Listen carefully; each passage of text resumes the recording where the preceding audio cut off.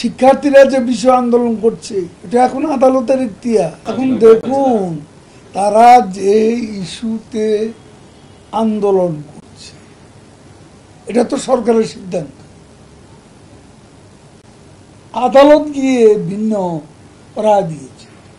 এখন আদালতের ব্যাপারটা যখন চলমান, এটা অ্যাপিল বিভাগে আছে।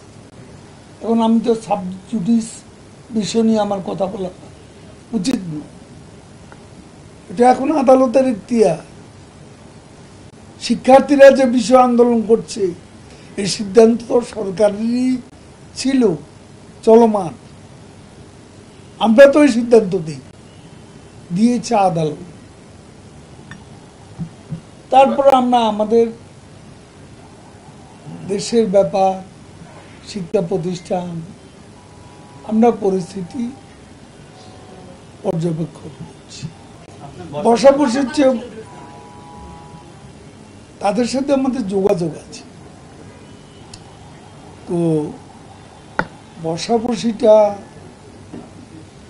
কখন হবে সেটা আমি এই মুহূর্তে বলতে পারছি না, তবে সময় মতো সমাধান